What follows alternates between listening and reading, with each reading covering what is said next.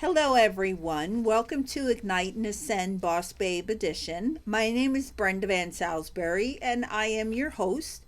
And I created this podcast to have real conversations with real women talking about challenges in their life, how it affected them, how they moved through them, and what lessons they can share with other women that might be going through the same thing.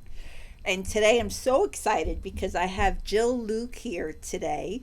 And when you open up the dictionary and look at community leader, you see a picture of Jill. And so she's just a staple of our community, and she has a very extensive background. So I'm just going to read a few titles, and then I'm going to have Jill give us a deeper idea. Started with real woman.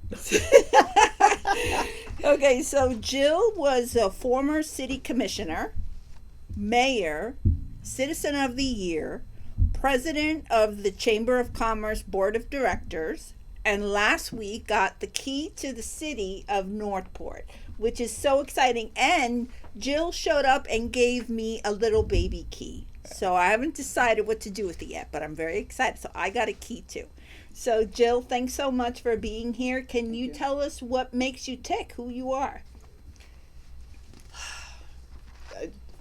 Learning over the years just to be me, to relax, to be me. But who I am is very structured on the inside. You've heard the phrase, whether, it doesn't matter if you win or lose, it's how you play the game. Right. That has always been that way. I was raised with integrity, being dependable. Those kind of attributes were drilled into me as an individual. I'm not going to even say as a child, but as an individual, because the whole family unit lived their life that way. And so everything that I go into with that mentality. Do the right thing and be upright, diligent, responsible, dedicated, all the way through. Yeah, and you definitely live that and embody that. Every time I see you, hear you speak, or have other people reference you, you do a good job. It definitely works. Well, it's who I am, and it's basically a belief system. I believe we should live with those types of characteristics. I agree. And so now, coming from that lens, what kind of challenges or setbacks or problems have you had, even though you go into things with such a great mentality? What has tripped you up? What kind of challenges have we had? I like your podcast because you aim it toward the business world. And I have had 23 years of mid and upper level. I'm old enough. I've had 23 years of mid and upper level management, national, international, retail, recreational, education, nonprofit, just you name it. I have been in those fields. I would work 3 to 5 years maybe and then switch. Felt like conquering to a point and then going somewhere else, but a lot of it was for the money. Mm-hmm. You know, a lot of us start out with not having the education or that to jump into something big, and so I had to work my way up in things, and I would do it not totally in one field, but jumping around. Okay. So So you moved a lot, but has anything ever really made you have a setback that you had to in stand the back business from? world, So give me an idea. Give me an example of that. Or three. when I was when I was in my mid 30s, I was executive director of a YMCA. Sounds impressive, you know, being that young and being in that kind of position, but it's a board of director that runs a YMCA, and the president, chairman of the board of the director is the one that oversees the executive director. And I dealt with a lot of sexual harassment. Really? Yeah, I was told what I had to wear. This is a gym, and I was told I had to wear a dress and heels, and had to go to lunch with him, and I would come back from the one-on-one meetings because he would be hitting on me, trying to get me to go somewhere with him over the weekend or that, and I would come back and just cry, just cry to the lady who was at the office, and That's abuse. yes, ma'am. But in the position, coming from the background that I had, you stayed diligent in your job, and I should not have. I should have slapped the shit out of him and exited stage left, But he was, How long did you stay in that position? it was probably 9 months or so. Okay. It was too long. There's no woman or man should put up with a harassment situation any length of time at all. But I looked, because the board was my superiors, and he was the superior. Who was I going to go to? Mm-hmm. And so I felt this trap Mm-hmm. of what do I do? Where do I go? Mm-hmm. So here I'm the top of one part, he's the top of the other, and It's a I didn't know what to disconnect. do it. But young enough still, I hadn't encountered those types of situations Mm-hmm. where there's always somebody to go to. Mm-hmm. I could have called for a meeting of the board of directors and told them all. I could have just left, went and Mhm. found another job. Mm-hmm. But it's scary when you don't have the experience behind you to do something like that. How old were you? Mid-30. Mid-30s. Yeah. Tell me, how did being in that situation affect your relationships? How did it affect your business life, your home life? And really, how did it affect the way you saw yourself during that time? It never feels good. Mm-hmm. It's not as though somebody's telling you how nice you look that day, or that little flirtatious thing. This was outright sexual harassment, and that feels ugly. So yeah, I felt that ugliness about that. It would take a while to get him out of my head when I got back to the office. Mm-hmm. Home life, you just try to separate it, Mm-hmm. from everything else. I was married at the time. My husband worked away a lot, Mm-hmm. so there wasn't a whole lot of, confrontation in that area or that. But you just never know, if you open up about something like that to your partner, are they going to think that you're behind it? Instigating. Correct. Yeah. Correct. So it's somewhere now. Yeah, slap the shit out of him and I'd leave. But back then. Well, that's 40 years later. correct. Yeah, so give yourself a break on that one. So no, no, nobody. I don't care how old you are. Do not put up with that. If you need to call me, That's right. We'll put it's the like, number. Hey, Jill, will you come stand the- behind me? That at the end of the show, there'll be her number underneath. Exactly. Okay, so tell me now. You made a good description of what you were going through. What is the one thing that made it the hardest? What was the hardest thing for you during those 9 months?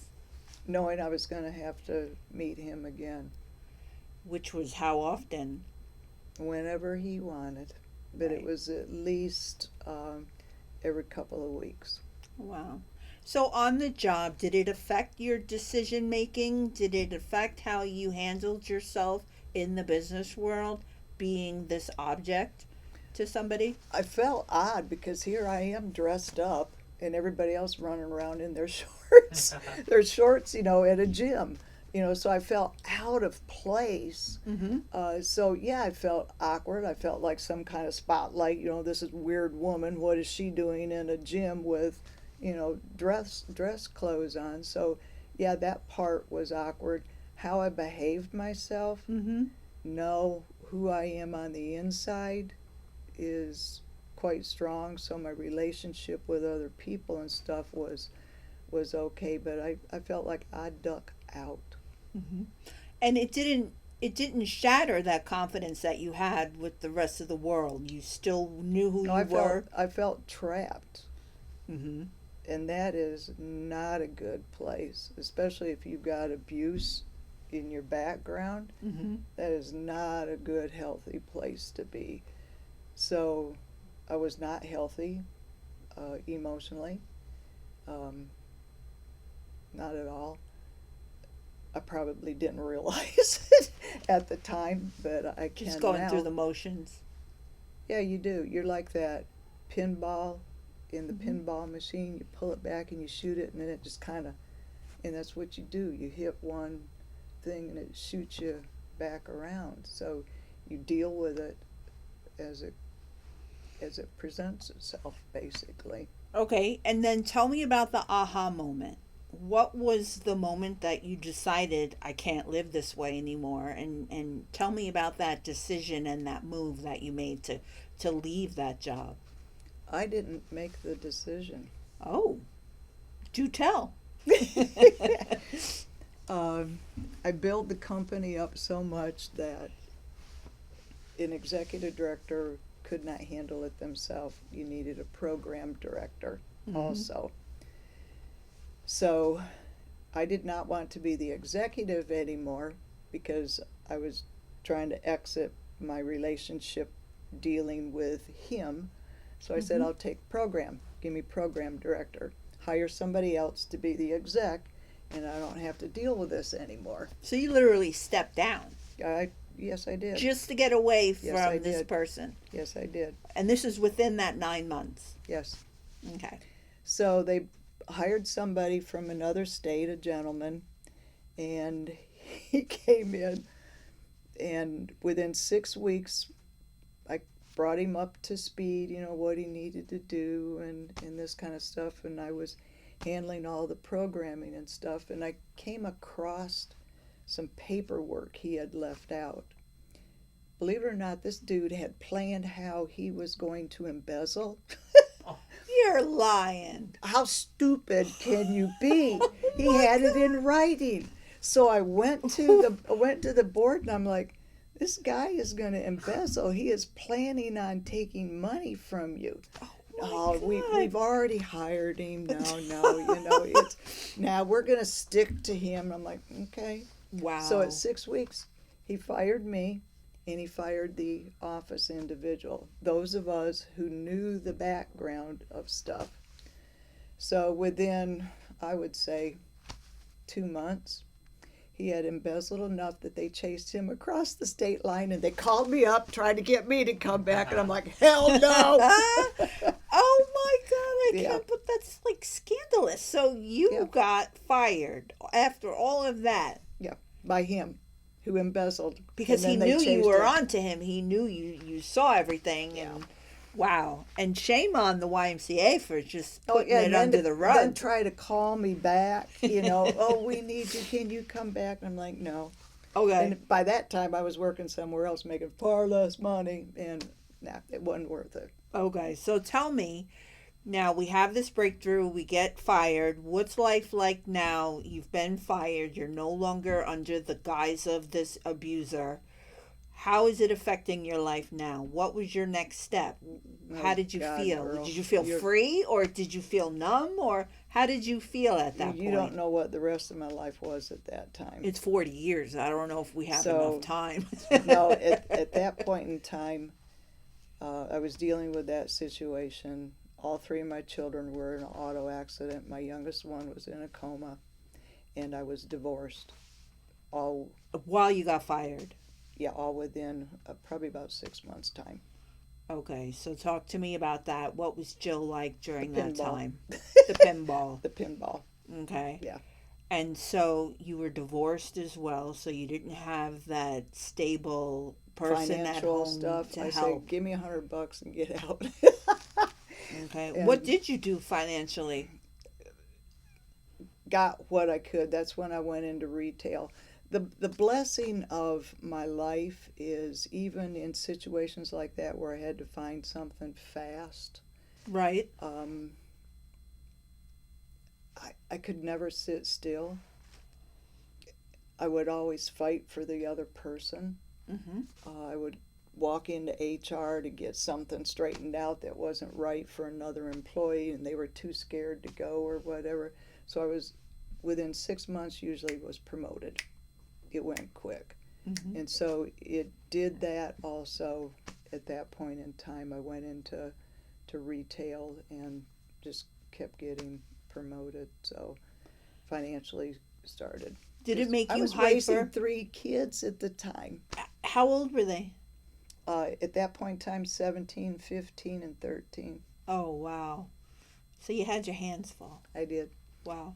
And then, yeah, because my kids were a little on the popular side in school and I was executive of the Y, my house was the house to go to. Okay. So we know you're a fighter, that's for sure, because you made it through such a hard time. You learn to deal and find, even if you don't fight, you find the escape and the path that you're supposed to be on.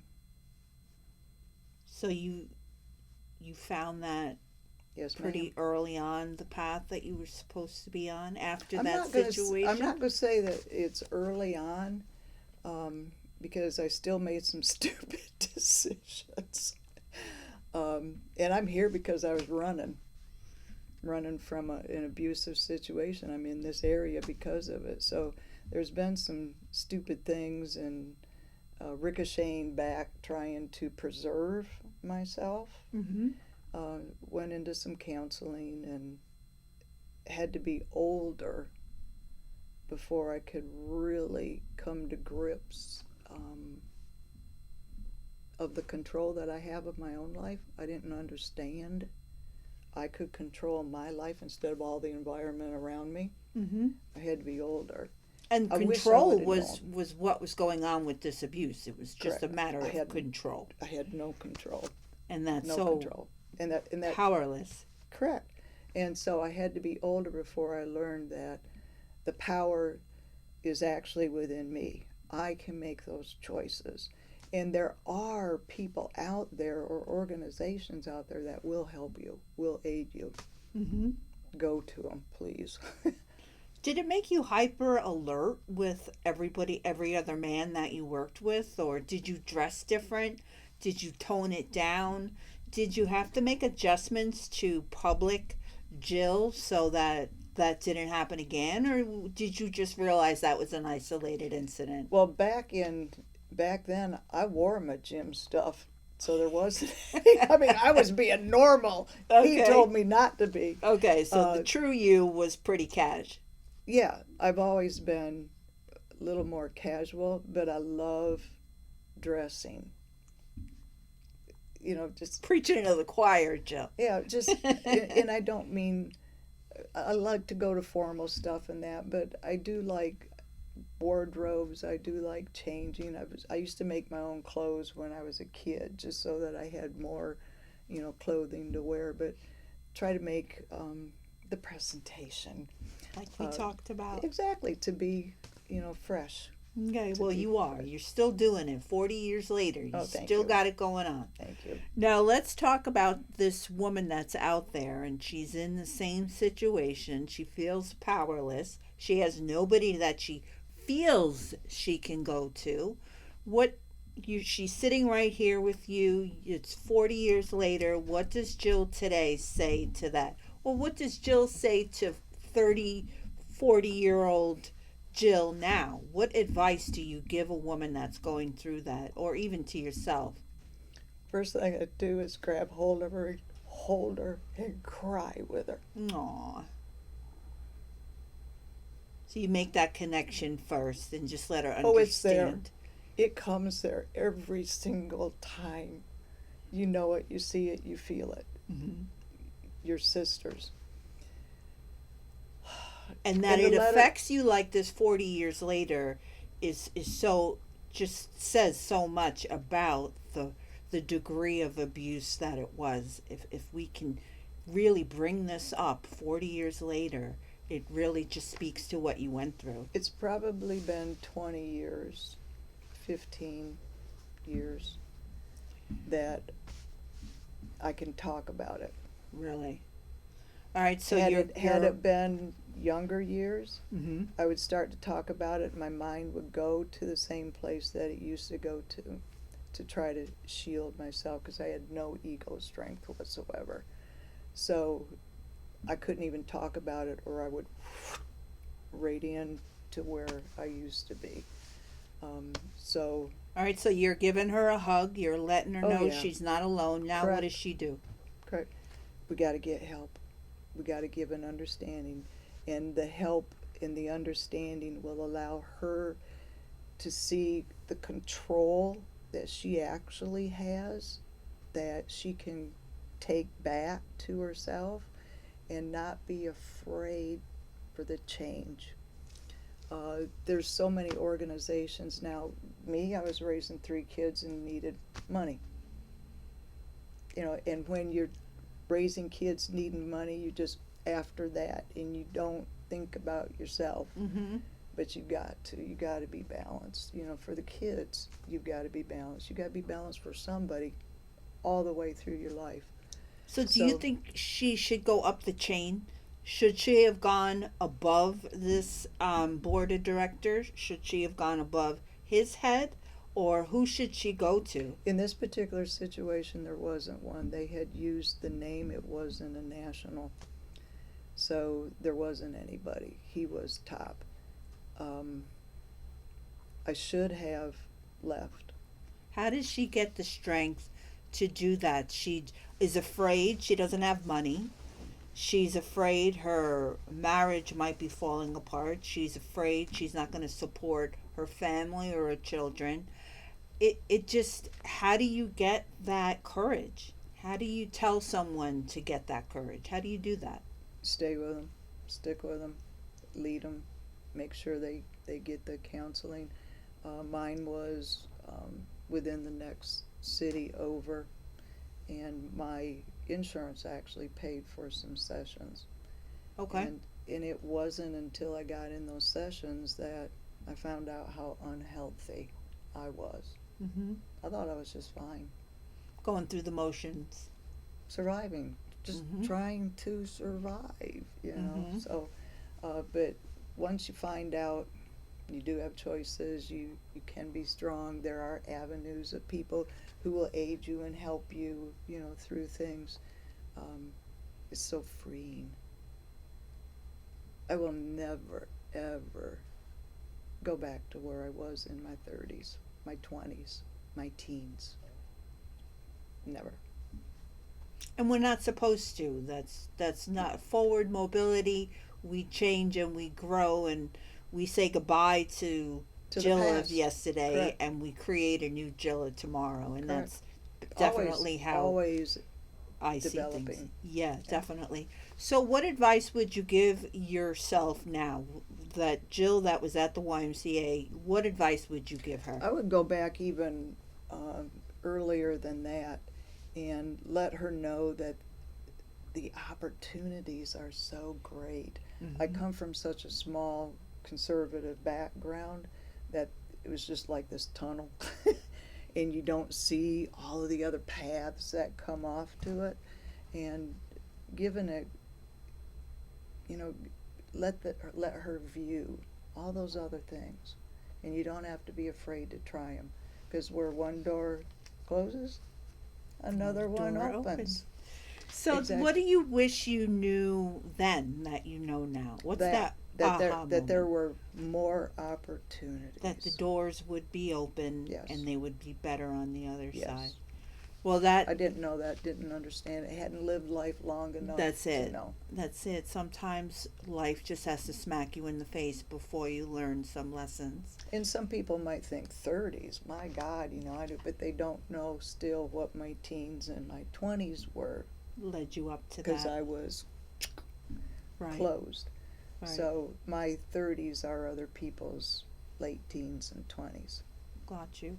Well, your 70s are absolutely I just hit astounding. 70. When was your birthday? September. September, okay. Yeah. Well, you're an amazing woman, and you obviously have a lot of depth and a lot of knowledge that you do share in the community, and you're a very open person. Like I feel I know you from business and from the community, but I feel like I could go to you and tell you anything, and you would just sit me down and That you would settle me down. that That's is how I some of feel. the things that I really loved about Patriot. You know, when I came to this community with Patriot, it was a one-stop shop, but people would just come in and sit down and talk. I mean, some people were there for 6 hours.